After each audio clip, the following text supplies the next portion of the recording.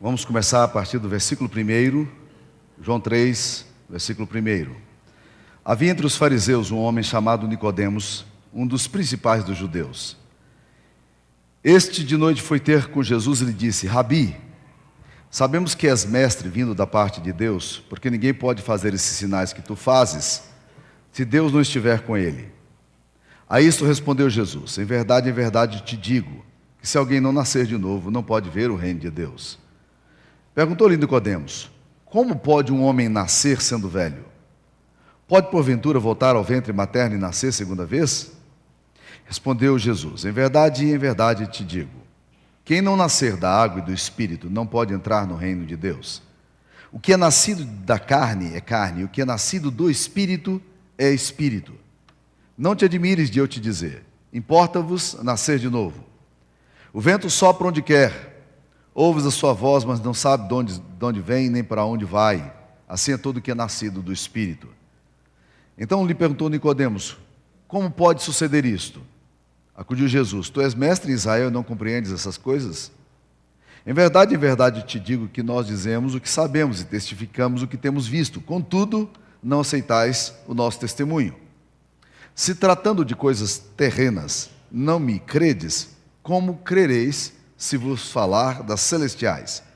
Ora, ninguém subiu ao céu, senão aquele que de lá desceu, a saber, o Filho do Homem que está no céu. E do modo como Moisés levantou a serpente no deserto, assim importa que o Filho do Homem seja levantado, para que todo o que nele crê tenha a vida eterna. Porque Deus amou o mundo de tal maneira que deu o seu Filho unigênito, para que todo aquele que nele crê não pereça, mas tenha a vida eterna. Porquanto Deus enviou o seu Filho ao mundo, não para que julgasse o mundo, mas para que o mundo fosse salvo por ele. Quem nele crê não é julgado. O que não crê já está julgado, porquanto não crê no nome do unigênito Filho de Deus.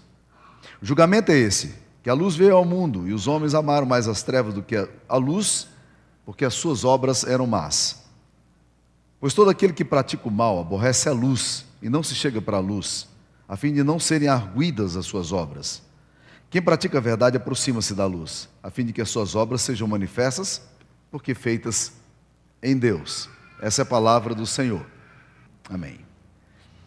Meus queridos irmãos, nenhuma religião do mundo fala de um tema tão complicado como esse que Jesus está falando aqui.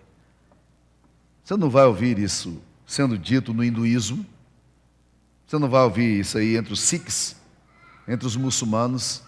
Esse negócio de novo nascimento é um negócio absolutamente inovador e perturbador. E esse tema foi colocado pela primeira vez, porque o povo de Israel também não fala de novo nascimento, a teologia judaica não toca nesse assunto. Esse assunto é levantado, é ventilado pela primeira vez por Jesus. Ele vai introduzir um pressuposto teológico, uma compreensão teológica completamente diferente de tudo o que era comum nos meios religiosos de então. Ele está falando aqui de uma experiência inusitada, essencial, fundamental, da qual você e eu não podemos abrir mão, porque ela é fundamental para a nossa vida. Jesus está falando de novo nascimento, e ele vai falar isso para um homem que era um teólogo. A Bíblia nos diz que esse homem era um fariseu, e ele era um dos principais dos judeus. Os fariseus eram o povo da religião mais estrita do judaísmo, a vertente mais restrita, mais fundamentalista do judaísmo, aquela que levava muito a sério o zelo pelas coisas de Deus. Era exatamente desse grupo, desse movimento em que Nicodemos participava. Mas ele não era apenas um fariseu, o que já diria muito sobre ele. Mas a Bíblia nos diz que ele era um dos principais dos judeus. Ele tinha uma função específica, talvez no Sinédrio, ele tinha um cargo muito importante, e ele veio conversar com Jesus porque ele ficou muito interessado no que estava acontecendo no discurso de Jesus e nos atos de Jesus. E a Bíblia diz que ele não queria se comprometer muito em relação a essa discussão, porque a Bíblia nos fala aqui que ele veio de noite. No versículo 2, está dito aí, este de noite foi ter com Jesus. Ora, essa coisa de vir à noite é uma coisa muito furtiva, e eu entendo bem esse negócio, porque algumas pessoas que hoje eu amo muito e que se converteram a Jesus, fizeram exatamente isso. Ali em Nova Glória, eu conheci um homem chamado Sobiano, que foi líder de igreja presbiteriana durante muito tempo. Quando os missionários americanos chegaram ali em Nova Glória, ele ficava muito impressionado com o violino que o missionário Paul Long tocava, e ele não queria nem saber de crente. Mas ele conseguiu um jeito muito estratégico. Ele acordava cedinho de manhã, no domingo de manhã, uma atração profunda pelas coisas que o missionário dizia, e ele se escondia num lote baldio que ficava ao lado da igreja, quietinho, tinha um pezinho de mamona, ele ficava quietinho até chegar às 9 horas, quando começaria a escola dominical, para ouvir de longe o que aquele missionário estava falando. E Deus moveu o coração do Sobiano para se converter a Jesus. E ele morreu na fé, amando o Senhor e servindo o Senhor. Essa questão é muito interessante. Eu tenho percebido, eu me lembro lá no Rio de Janeiro, um grande advogado, um dos homens de uma banca de advocacia, de uma das mais famosas do Rio de Janeiro, que ele vinha no culto do domingo à noite e ele chegava na hora da mensagem. Ele chegava sempre atrasado. E era interessante, não tem nada a ver com os diáconos que estão ali na porta da igreja, mas ele ficava literalmente com o pé dentro da igreja e com o pé fora da igreja. E um dia eu conversei com ele sobre isso. Eu falei, rapaz, você já percebeu a sua atitude? Porque tinha um degrauzinho, ele colocava o pezinho aqui, encostava ao lado do diácono, como se fosse um diácono, e ele ficava ouvindo a palavra de Deus ali. Eu disse, você já percebeu que até o seu corpo diz o que está acontecendo com você, essa contradição na sua alma, esse desejo de ser, mas ao mesmo tempo medo de ser? É assim que acontece com Nicodemos. Nicodemos vem de noite, esgueirando-se no meio das construções de Jerusalém, para conversar com Jesus. Ele tinha algumas compreensões muito interessantes sobre Jesus, porque ele chega e fala, Rabi. Esse título de rabinato não era um título muito comum, porque ele era atribuído apenas àqueles que eram professores da lei. E Jesus não era professor da lei no sentido mais estrito da palavra. Ele não tinha feito um seminário, ele não tinha participado de uma escola de Gamaliel para ser um líder e um rabi. Mas ele chama Jesus de rabi, que é um título honroso. E ele diz o seguinte, sabemos que és mestre, porque rabinato e ensino estavam muito associados, vindo da parte de Deus. Ele também reconhecia que Jesus era um homem especial, porque ele vinha da parte de Deus. Ele disse, e ele reconhecia também que ninguém podia fazer os sinais que ele fazia se Deus não estivesse com ele. Ele reconhecia que de fato Jesus estava aproximando-se, estava perto de Deus, tinha uma relação muito profunda com Deus. É interessante porque quando ele termina de fazer todo esse discurso introdutório, do tipo, cheguei, eu quero que você saiba um pouco do que eu penso sobre você, eu estou me apresentando a você, Jesus vai na jugular de Nicodemos. E eu imagino Jesus olhando bem nos olhos de Nicodemos e dizendo, Nicodemos, eu quero te dizer uma coisa bem séria. Essa expressão, em verdade te digo, é uma expressão enfática. Cara, eu quero te dizer uma coisa, presta atenção, olha aqui nos meus olhos. Deixa eu te dizer o que você precisa ouvir. O que eu vou te dizer agora, você não pode perder o ponto. Nicodemos, se alguém não nascer de novo, não pode ver o reino de Deus, Nicodemos. Você precisa nascer de novo. E Nicodemos, como se fosse um lutador de boxe no ringue, ele dá uma estremecida e ele recupera a energia e diz, como é que eu posso nascer de novo sendo um homem velho? Como é que eu faço esse negócio aí?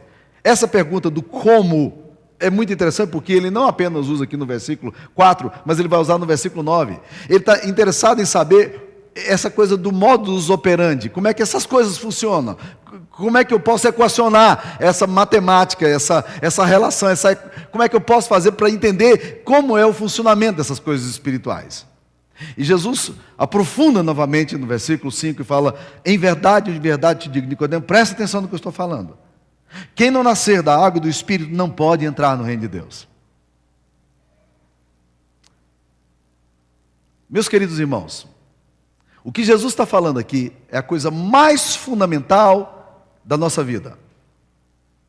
Se você esquecer qualquer outro princípio do Evangelho, mas você entender o que o texto da Palavra de Deus está ensinando, e isso encarnar-se em você, isso se tornar uma realidade para você, eu quero te dizer que você está começando a entender o que é fé cristã e cristianismo. Se você não entender, e se você não for um nascido de novo, se você não teve essa experiência de um novo nascimento, você pode ser o que você quiser ser dentro de uma igreja, dentro de uma comunidade. Você pode ser membro de igreja, você pode ser dizimista, você pode ser pastor, você pode ter doutorado em teologia, você pode ser um rabino, Você pode ter feito teologia no Seminário Presbiteriano Brasil Central. Nada disso interessa, porque nada disso é essencial. Se você não nascer de novo, tudo mais que você fizer é absolutamente sem sentido. Porque isso aqui é o que a gente chama, numa linguagem que eu costumo usar muito para as pessoas que eu faço discipulado com ela para batismo, eu falo assim, back to the basics. É uma expressão que eu uso muito em inglês para eles. Volte para aquilo que é básico. Se você ainda não pegou o que é básico na fé cristã, e é interessante porque às vezes a gente quer ser mestre, a gente quer ser líder, a gente quer ser isso aqui, mas não tem a base, não tem fundamento. Jesus está dizendo, se você não nascer de novo, você não pode ver. Olha o versículo 3 como é que ele fala, e no versículo 5 ele aprofunda essa questão dizendo, você não pode entrar. Para começar a vida cristã, e para ver o reino de Deus, e para entrar no reino de Deus, você precisa nascer de novo. E é exatamente sobre esse assunto que nós queremos estar falando aqui nessa noite. Nós precisamos do novo nascimento para ver o reino de Deus. O que é ver o reino de Deus? Meus queridos irmãos, é interessante esse negócio, porque quando fala de ver, Jesus está falando do sensório, dessa percepção que você é capaz de ter na sua vida. Essa capacidade de você olhar e considerar e avaliar, porque você está percebendo, você está vendo. É curioso como você vai conversar com pessoas que estão começando na vida cristã, ou que estão vivendo há muito tempo na vida cristã, porque às vezes você começa a falar de coisas espirituais e essas pessoas não conseguem entender nunca o que você está dizendo. Elas não conseguem entender o fundamento da fé cristã. Ela não consegue ter percepções do reino. E é curioso quando a pessoa nasce de novo. Uma primeira coisa que começa a acontecer é que essa pessoa começa a ler a vida, a ter uma cosmovisão de coisas espirituais de uma forma absolutamente inovadora para ele mesmo. Ele começa a perceber aquilo que é essencial. E é curioso, quando o Espírito Santo começa a agir na vida da pessoa, como essas percepções começam a brotar. O apóstolo Paulo fala na segunda carta aos Coríntios, que se antes conhecíamos a Cristo de alguma forma, já não o conhecemos mais daquele mesmo jeito. São valores, são princípios, são compreensões espirituais que começam a brotar no seu coração. Algumas coisas começam a explodir no teu peito. Independentemente da tua conversão, do teu novo nascimento, se ele foi radical, como algumas conversões costumam ser, ou se foi processual, como algumas acontecem. Pessoas que vão ouvindo a palavra de Deus, vão lendo a palavra de Deus, e de repente parece que caem as escamas dos olhos, e elas começam a ver, elas começam a enxergar as coisas espirituais. E elas às vezes até se surpreendem com ela mesma, dizendo, eu estou fazendo isso, eu jamais admitiria que eu poderia fazer isso, mas essas coisas estão fazendo sentido para o meu coração. É a percepção do reino de Deus que começa a acontecer no nosso coração. E isso, gente, é de dentro para fora. É uma obra do Espírito Santo em nós. Porque o novo nascimento é uma operação do Espírito Santo em nossa vida. E a primeira coisa que acontece é exatamente isso aí. Nós começamos a observar o reino, a ver o reino. Nicodemos tinha doutorado, ele tinha respeitabilidade, não era um homem de índole ruim, ele não tinha uma péssima reputação entre os judeus, pelo contrário, mas ele não conseguia perceber aquilo que Jesus estava dizendo. Os projetos, conceitos, éticas, realidades espirituais não entram na mente, porque não houve novo nascimento. É a mesma coisa com a gente. É a mesma coisa com a gente. Às vezes a gente tenta ensinar a vida cristã para pessoas que nunca se converteram. E eu costumo brincar dizendo que é a mesma coisa de tentar ensinar girafa a andar de skate. Não dá certo. Sem novo nascimento não tem percepção espiritual. Não foi feito para isso. É a mesma coisa de tentar ensinar elefante a dançar balé. Não vai dar certo. Porque a pessoa simplesmente ela não vê o reino de Deus. As coisas espirituais, a Bíblia diz que se discernem espiritualmente. A pessoa pode vir à igreja, anos a fio, mas ela nunca tem percepção de projetos do reino. Ela nunca consegue olhar as coisas do reino e dizer: essas coisas fazem sentido para o meu coração. Essas coisas nunca atraem a vida dela. Ela nunca consegue fazer leituras corretas da espiritualidade cristã, porque não ocorreu novo nascimento. Olha como é necessário para nós. Mas Jesus aprofunda isso aqui dizendo também no versículo 5: quem não nascer de novo, quem não nascer da água do Espírito, não pode entrar no reino de Deus. Agora ele diz que é para entrar no reino de Deus, não só ver, mas entrar. Eu quero tentar ilustrar isso aqui com uma experiência que eu tive há poucos dias atrás, em Brasília, falando no encontro de casais. E assentaram conosco um casal muito simpático, e ficáramos ali batendo papo no café da manhã, trocando experiências, e esse rapaz teve experiências assim, bonitas com Deus. Mas eu tinha dito, no dia anterior, tinha pregado sobre a experiência de Ló, que pegou sua família, e levou sua família para Sodoma e Gomorra, e isso foi extremamente desastroso para a alma dele, para a alma das filhas, a alma da esposa, né? De tal forma que todas elas se perderam, e um povo clandestino, um povo que viu as promessas de Deus, porque Ló era sobrinho de Abraão, ele andou com Abraão, ele viu o milagre de Sara, aos 90 anos de idade, ficando grávida. Ele viu tudo isso. Abraão compartilhava com ele a fé cristã, e de repente esse homem ele perde completamente o roteiro da vida dele, vai para Sodoma e Gomorra, perde as referências dele, e ali ele se complica demais. E dali, de uma experiência incestuosa, nascem dois povos, os amonitas e os moabitas. Os amonitas e moabitas nunca deixaram de andar junto ao povo de Deus, criando problema, fazendo guerra, mas nunca deixava. É interessante que os moabitas, eles podiam chegar perto do templo, mas perto do templo tinha um muro, que era um muro chamado Muro da Separação, em que esses moabitas podiam chegar até ali, mas dentro do templo eles não podiam entrar. Ou seja, eram pessoas que andavam na periferia da fé cristã, ou da fé judaica, mas que nunca entravam no meio do povo judeu, nunca fazia parte do povo judeu. E eu preguei sobre isso, e aquele rapaz falou para mim: pastor Samuel, eu me senti ontem exatamente como um amonita. E eu disse: o que você quer dizer com isso? Ele disse: rapaz, eu amo o povo de Deus, eu amo a igreja, sou muito amado da igreja, eu frequento a igreja há muito tempo. Mas você sabe, eu vou te falar uma coisa, você não vai acreditar. E ele todo gabola, todo alegre, ele disse assim, bem sério para nós. Ele falou assim: sabe que eu nunca me tornei membro de igreja? Eu nunca me batizei? Eu nunca tive um compromisso com o reino de Deus?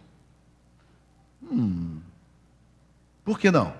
Disse: rapaz, a vida da gente vai acontecendo e a gente não entende a seriedade disso. Rapaz, disse: querido, você precisa tomar uma posição. Ele disse: eu sei disso, eu preciso tomar uma posição na minha vida. É essa questão. São pessoas que não entram no reino de Deus, elas ficam na periferia do reino de Deus. Elas estão perto do arraial do povo de Deus. Elas ouvem as trombetas tocando no arraial do povo de Deus. Ela vê o povo levando oferendas para o altar no meio do povo de Deus. Elas ouvem os hinos e os cânticos que são cantados no meio do povo de Deus, mas ela é amonita. Ela não teve novo nascimento. Ela não é do povo judeu. Ela não vem da linhagem do povo de Deus. Ela não penetra no meio do povo de Deus. Ela não entra no reino de Deus. E isso tem a ver com salvação. São pessoas que vivem a vida inteira caminhando na fronteira, quase salvo, mas inteiramente perdido. E porque eles não são súditos do reino, eles não têm constituição, eles não são cidadãos, eles não obedecem a nenhuma constituição, eles não têm deveres nem têm direitos, porque não fazem parte do reino de Deus, eles não pagam impostos, né? Usando uma linguagem aqui meio paralela. Eles não fazem parte, então eles não têm nada a ver com o reino de Deus. Eles não entraram no reino de Deus. Eles são moabitas, eles são amonitas. Eles chegam no muro da separação, eles param, eles não adentram, eles não penetram, eles não se sentem parte, eles não entram no reino de Deus. Como é sério essa questão? E Jesus está dizendo aqui que nós precisamos, e ele está falando para Nicodemos, você tem que nascer de novo. Você precisa nascer de novo. Porque se você não nascer de novo, você não pode ver o reino de Deus. Você não vai ter percepções do reino. E se você não nascer de novo, você não vai entrar no reino de Deus. Simples, direto e objetivo como isso. Agora a gente precisa desfazer alguns conceitos errôneos sobre o novo nascimento. Deixa eu começar dizendo para vocês o que não é novo nascimento. A primeira coisa que nós precisamos entender, que novo nascimento não é você admitir determinadas fatos sobre Jesus e sobre o Evangelho. Nicodemos admite algumas coisas. Ele admite que Jesus é rabi, ele admite que Jesus está com Deus, ele vem da parte de Deus, ele admite que Jesus é um homem especial, mas isso não torna Nicodemos e não faz de Nicodemos um homem que tem uma experiência do novo nascimento. Capítulo 2, versículo 23, Jesus, o texto nos diz aqui, antes dessa leitura que nós fizemos, diz aí que estando Jesus em Jerusalém durante a festa da Páscoa, muitos, vendo os sinais que ele fazia, creram no seu nome. Mas o próprio Jesus não se confiava a eles, porque os conhecia a todos. E não precisava que alguém lhe desse testemunho a respeito do homem, porque ele mesmo sabia o que era a natureza humana. Ou seja, Jesus, o texto aqui está nos falando de muitas pessoas que viram os sinais, viram manifestações de Deus, admitiam fatos sobre Jesus. Mas isso não é novo nascimento. Segunda coisa, novo nascimento não é religiosidade. Vocês têm alguma dúvida de que Nicodemos era um homem religioso? Não. Ninguém aqui tem dúvida. Ele era fariseu. E ele era um dos principais dos judeus. Ninguém tem dúvida de que havia uma religiosidade. Portanto, novo nascimento não são ritos, não são práticas religiosas que você faz, não são comportamentos dominicais que você tem e que você vem à igreja ou de manhã, ou vem à noite, ou vem nos dois períodos. Não se trata disso. Não é na verdade essa questão religiosa. Eu me lembro de uma história que o Stanley Jones contou, de quando ele estava na Índia, pregando no meio dos hindus. Um dia, um hindu, assim, meio que explorador, meio que zombando dele, disse ao missionário o seguinte: ô missionário, se o senhor me der 20 moedas de prata, eu batizo na sua religião. Ele disse: fulano, eu quero dizer para você que se você me desse 20.000 moedas de prata para eu te batizar, com esse comportamento seu eu não te batizaria. Esse é o perigo da religiosidade. São pessoas que se aproximam, mas elas na verdade acham que determinadas práticas e ritos resolvem. Assim como foi feito no Brasil quando os jesuítas chegaram aqui. Eles achavam que o simples fato de batizar um índio e de colocar um crucifixo no pescoço dele transformava ele num cristão. Não. Ritos, práticas religiosas não é novo nascimento. Terceira coisa que a gente precisa desfazer, não é reencarnação. É bom que a gente diga isso, porque esse texto é um texto usado muito pelos espíritas para dizer que o que Jesus está ensinando aqui, o novo nascimento, é voltar ao ventre, é reencarnar. Nicodemos perguntou isso. Como pode um homem nascer sendo velho? Pode ele voltar ao ventre materno e nascer segunda vez? É possível esse negócio? É por aí o caminho? E Jesus disse: Nicodemos, se alguém nascer de novo no ventre de uma mulher, se isso fosse possível, Nicodemos, continuaria sendo carne. O que é nascido da carne é carne, o que é nascido de espírito é espírito. Tem nada a ver uma coisa com a outra. E é bom lembrarmos, meus queridos irmãos, que reencarnação é uma palavra que nunca aparece na Bíblia, e ela é oposta a um princípio básico das Escrituras Sagradas, que é ressurreição. A Bíblia diz em Hebreus 9, 27, que aos homens está ordenado morrerem uma só vez, vindo depois disso o juízo. Hebreus 9, versículo 27. Portanto, Jesus não está falando isso aqui. Não é um processo natural. E não é emocionalismo. Existem muitas pessoas que acham que porque tiveram experiência emocional num determinado culto, num determinado momento, agora elas são nascidas de novo. Não. Eu já encontrei muitas pessoas que me contaram, entusiasmadas, que foram para determinados congressos e convenções e aí caíram no espírito. E eu tenho sempre uma pergunta para esse tipo de pessoa que cai no espírito. Eu pergunto: você levantou no espírito? Cair em espírito, meu querido irmão, por emocionalismo, não funciona nada. Não diz nada sobre você. Levantar no espírito, sim, é quando você tem uma nova percepção das coisas, de valores. E agora Jesus fez diferença no seu coração. E agora a inclinação do seu coração é para a verdade e para a luz. E aí sim é novo nascimento. Quando o seu coração começa a inclinar para as coisas de Deus, quando você começa a ser atraído pelas coisas de Deus, isso é novo nascimento. Então deixe-me falar o que é nascer de novo. Jesus define isso aqui: se alguém não nascer da água e do Espírito, versículo 5, não pode entrar no reino de Deus.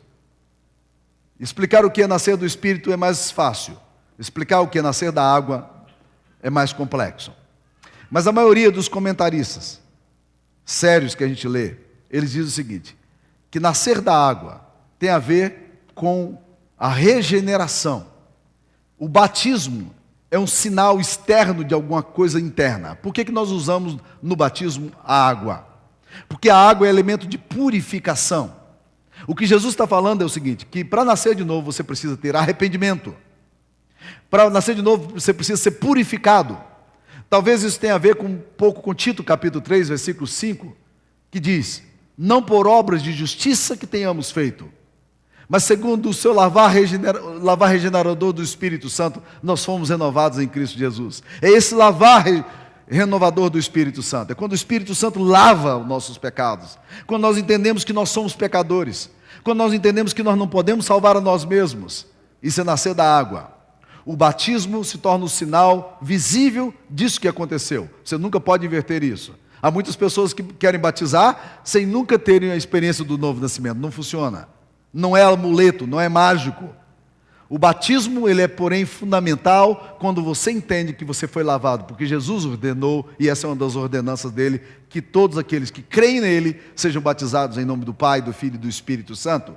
Portanto, quando você se batiza, você está obedecendo ao mandamento de Deus. E se você está me ouvindo aqui hoje, e você entende que você é nascido de novo, mas você ainda não foi batizado, eu quero encorajar você a batizar. Tome uma posição na sua vida, batize, é obediência. Eu me lembro bem de um rapaz que eu discipulei aqui na igreja, e ele é membro da nossa comunidade até hoje, e um dia ele me procurou, e ele é um homem que lê a palavra, ele tem prazer na palavra de Deus, e um dia ele me procurou e disse: pastor Samuel, eu estou envergonhado. Eu disse: o que foi, meu irmão? Ele disse: eu estou lendo aqui na Bíblia, essa semana, eu li, que Jesus foi batizado. Você sabe que eu estou há 3 anos na igreja e nunca fui batizado? Sabe o que eu estou achando? Que eu me considero melhor do que Jesus. Eu quero me batizar, pastor. Falei: louvado seja Deus. É um sinal de alguma coisa que aconteceu dentro de você. A segunda coisa aqui é nascer não apenas da água, dessa purificação que o Espírito Santo faz em nós, que o sangue de Cristo faz em nós, do arrependimento, da contrição, mas é também nascer do Espírito Santo. Por isso que é um mover de dentro para fora. É uma ação do Espírito Santo em nós, nos impulsionando, fazendo soprar alguma coisa em nós. E o texto aqui é muito interessante. Jesus diz: não fique admirado de eu te dizer, você tem que nascer de novo. Porque o Espírito, o vento, o ruá, o pneuma, no versículo 8, sopra onde quer. Jesus tenta dizer o seguinte: é um negócio tão impressionante, porque quando o Espírito Santo começa a agir em nossa vida, ele sopra como um vento. Você não sabe de onde ele vem, você não sabe onde o vento vai, mas você sente o vento movendo em você, você percebe ele rodeando você. Aliás, é interessante que o termo ruá, ou pneuma, é usado aqui por Jesus, né? Dizendo, o vento, esse sopro de Deus age, assopra no nosso meio e impulsiona o teu coração. E você não sabe nem de onde começou esse negócio, e nem para onde vai parar esse negócio. As implicações do novo nascimento, elas são tão poderosas que você não sabe onde elas vão chegar. O vento leva você para onde ele quer levar. O Espírito Santo leva você onde ele quer levar. E você também não sabe exatamente o momento, muitas vezes, em que começou. Às vezes começa numa conversa isolada que você tem com um colega de trabalho, que ele fala alguma coisa que torna extremamente significativo para você. Às vezes essas coisas começam num sonho. Às vezes começam numa música que você ouve uma palavra que é dita e que pega você num determinado momento. De onde começa essa coisa misteriosa do Espírito? O Espírito vai soprando em nós e de repente nós somos atraídos, impulsionados a Deus. E esse tropismo começa a acontecer na nossa vida. Isso é novo nascimento. Jesus vai dizer algumas coisas. Como é que isso se dá? Ele tenta explicar isso para Nicodemos. Diz: Nicodemos, se eu te falar das coisas celestiais, você não entende. Então, deixa eu falar das coisas terrenas. E nem das terrenas você está entendendo. E ele fala assim: isso aqui, Nicodemos, é coisa terrena. Não no sentido de que ela é menos espiritual, mas no sentido de que ela é contemporânea. Jesus está dizendo: isso é para hoje, Nicodemos. Isso não é para o futuro, Nicodemos. Essas coisas se concretizam no tempo, no aqui e agora. O Espírito de Deus sopra onde quer.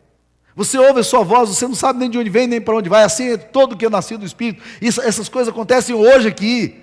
Acontecem no momento em que você sequer espera. Mas elas começam hoje. É para hoje esse negócio. E Jesus vai usar aqui agora uma ilustração para tentar explicar o novo nascimento. Essa ilustração ela é muito complexa, mas Jesus usa o Antigo Testamento para tentar explicar para Nicodemos, que era mestre na lei, o que ele está dizendo. Versículo 14 ele fala: do modo porque Moisés levantou a serpente no deserto, assim importa que o Filho do Homem seja levantado, para que todo aquele que nele crê tenha a vida eterna. Jesus vai usar essa ilustração do Antigo Testamento. E se você conhece a Bíblia, você sabe o que o texto está falando. Se você não conhece, presta atenção, que eu vou tentar explicar em poucas palavras. A Bíblia nos diz que o povo de Deus pecou.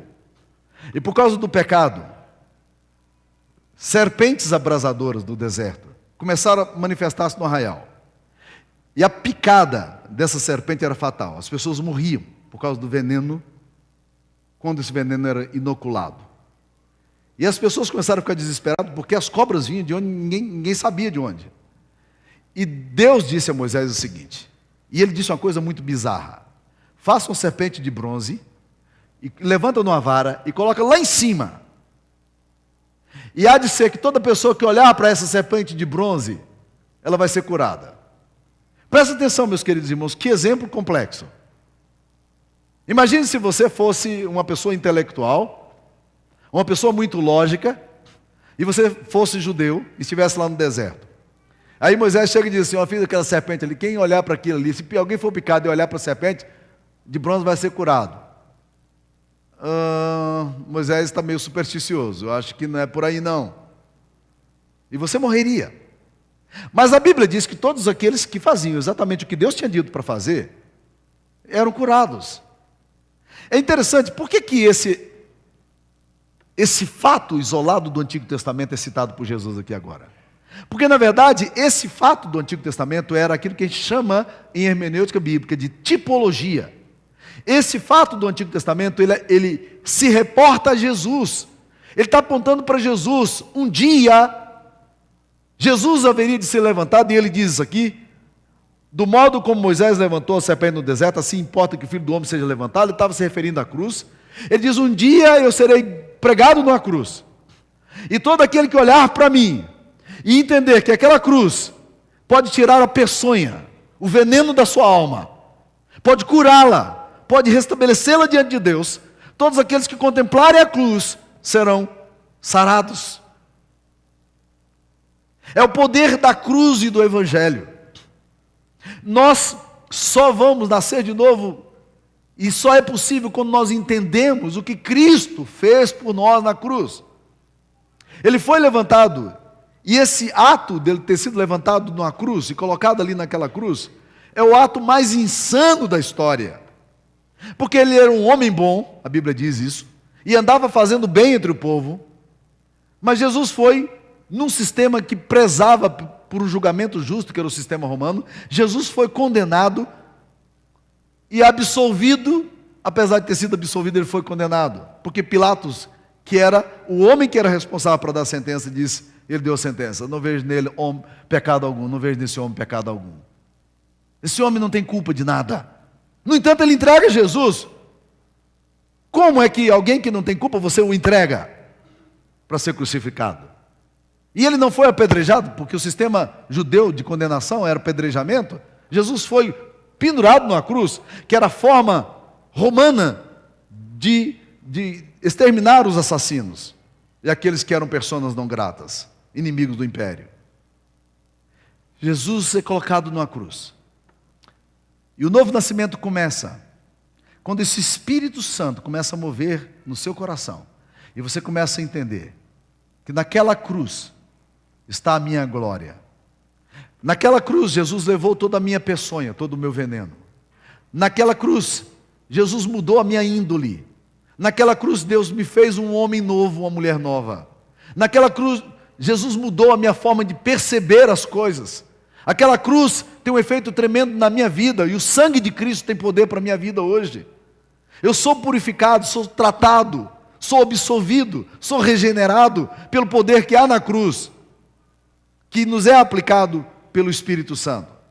Então, quando você contempla a cruz, quando você olha para a cruz, e você vê Jesus ali naquela cruz, e você entende, Jesus morreu por mim, sendo Ele justo, quando eu era pecador, para me dar vida. Novo nascimento é uma obra do Espírito Santo, aplicando aquilo que Cristo Jesus fez por nós na cruz. E quando isso acontece, meus queridos irmãos, as duas maiores bênçãos da sua vida também se dão. Você vê o reino de Deus. Você começa a olhar para as coisas do reino de Deus e dizer: então é isso? Eu estou a vida inteira na igreja, nunca entendi esse negócio. É assim então? Eu sempre ouvi falar desse negócio, mas nunca sabia o que era.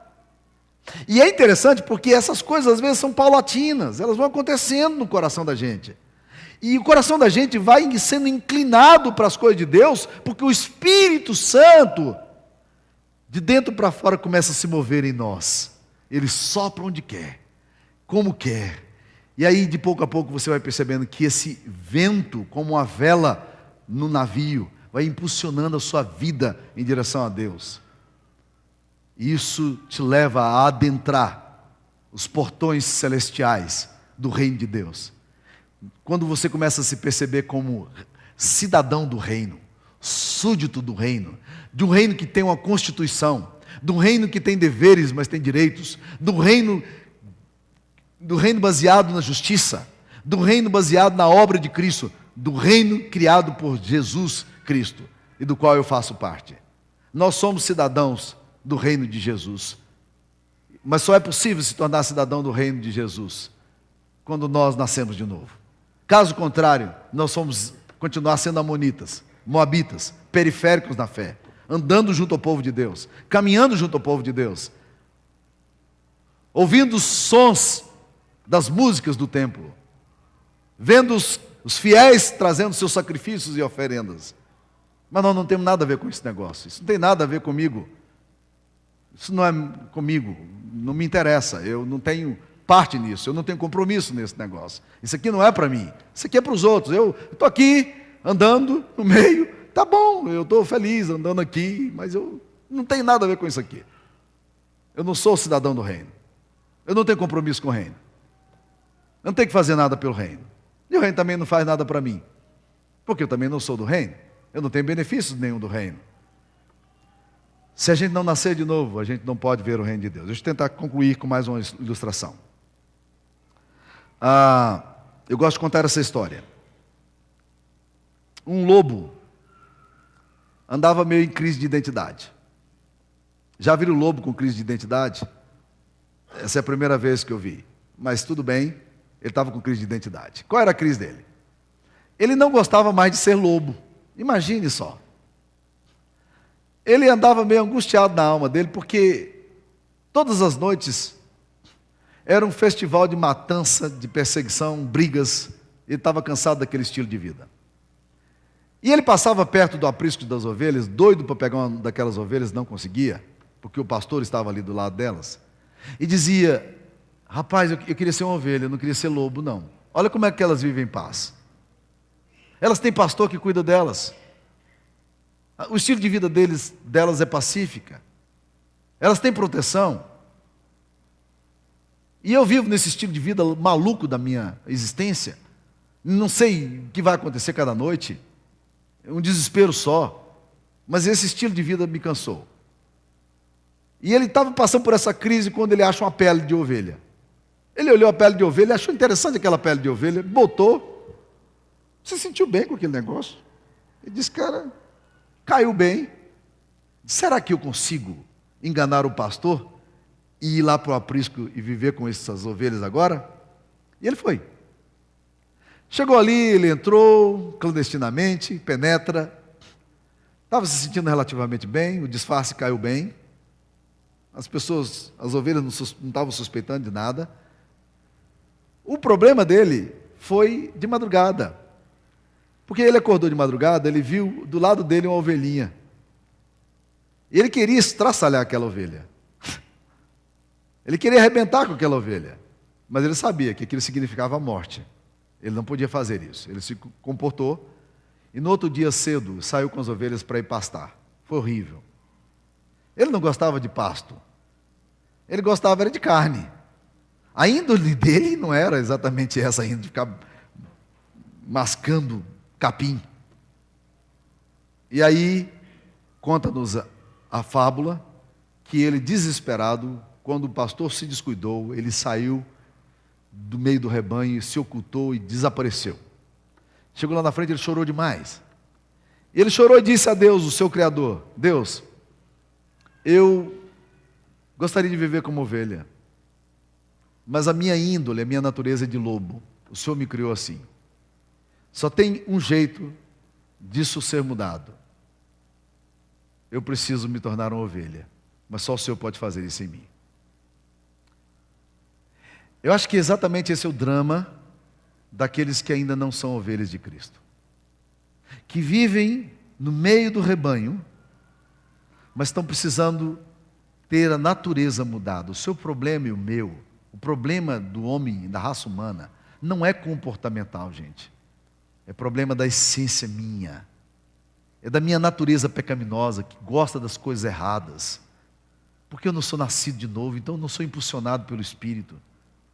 E aí eu tento viver uma vida cristã de fachada, eu tento articular alguns ritos, algumas práticas, e eu tento simular e enganar. Eu vivo nas trevas, fazendo de conta que eu não me aproximo da luz, porque a Bíblia diz aqui: todo aquele que pratica o mal aborrece a luz, não se chega à luz para que as suas obras não sejam arguídas. Ele não quer arguição, ele não quer confrontação, ele não quer se perceber na luz.